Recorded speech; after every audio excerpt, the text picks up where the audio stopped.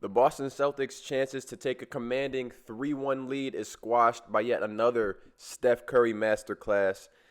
And now we have a tied NBA Finals going back to Golden State. First off, are we all in agreement that Steph is still in his prime, even at age 34 years old? He's never played this well in an NBA Finals before, and it's just incredible to watch. He's averaging a ridiculous 34 points per game on 50% shooting, 49% from three, and 85% from the free throw line, and he's doing it against the number one defense in the entire league. I just can't say enough about this man, so I'm going to keep saying some more things.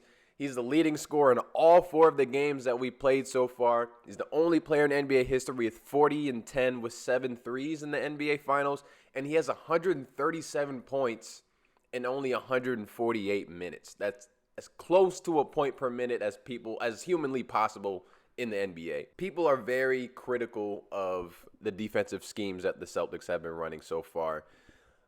So let me just explain the paradox that is guarding Steph Curry. So the Warriors' offense is very highly predicated on creating mismatches. One thing they do a lot is set a lot of high ball screens so that Steph can draw the big out into an uncomfortable area.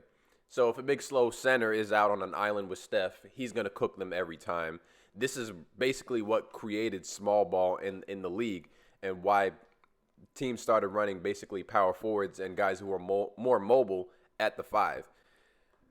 But the Celtics can't just not play Rob Williams and Al Horford. They're just way too impactful and valuable to their team on the offensive and especially defensive side of the ball. So what the Celtics are doing, they're playing a drop coverage, which basically means they're asking Al Horford, Robert Williams on those high ball screens, just keep the play in front of you.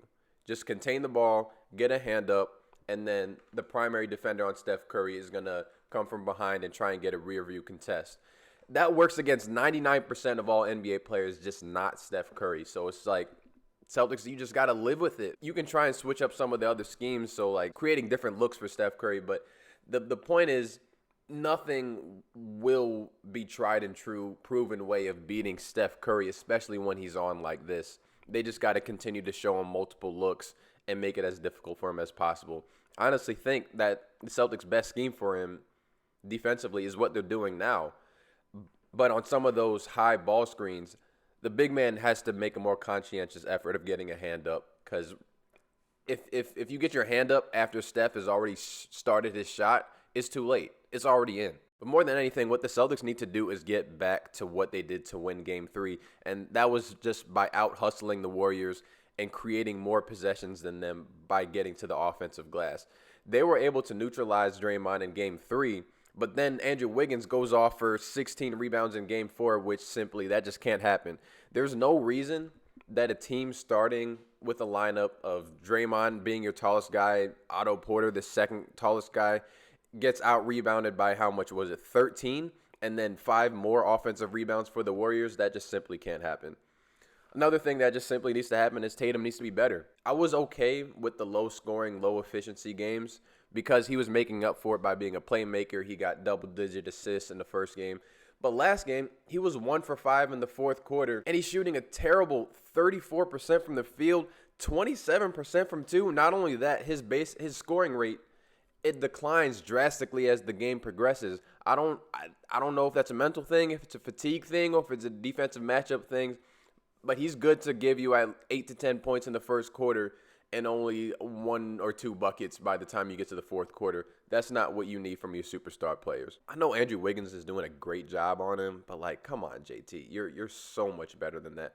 Also, the turnovers. Tatum, he's only 4 turnovers away from the most turnovers in a single playoff run in NBA history.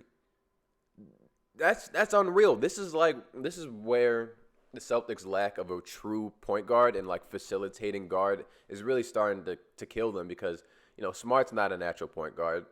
Tatum, he needs the ball in his hands if he's going to be effective.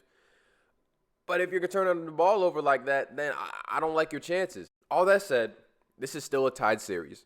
Sure, home court will matter a little bit, but the Celtics have never lost 2 games in a row in these playoffs. They're the most resilient team I've seen basically since the second half of the regular season. And this is really this is up in the air, y'all. Podcasters, analysts, YouTubers like me, we don't know anything, man. Like, we watch the games, we'll give our predictions, give our takes and our keys to success or whatever.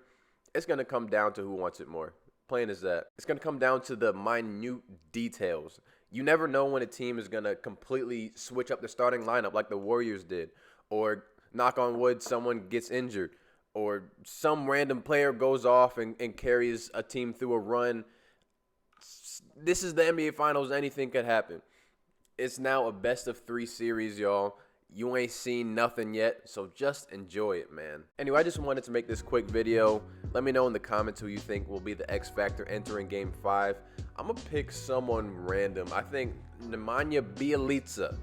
We're getting the Bjelica game, y'all. Get ready for it, because he's about to pop off and get 4 threes in a row in the fourth quarter and carry the Dubs to a win. I'm just making stuff up. This is what I'm saying, man. Like, we don't know anything. Just watch the game. Just watch the game and enjoy it. I'll see y'all in the next one.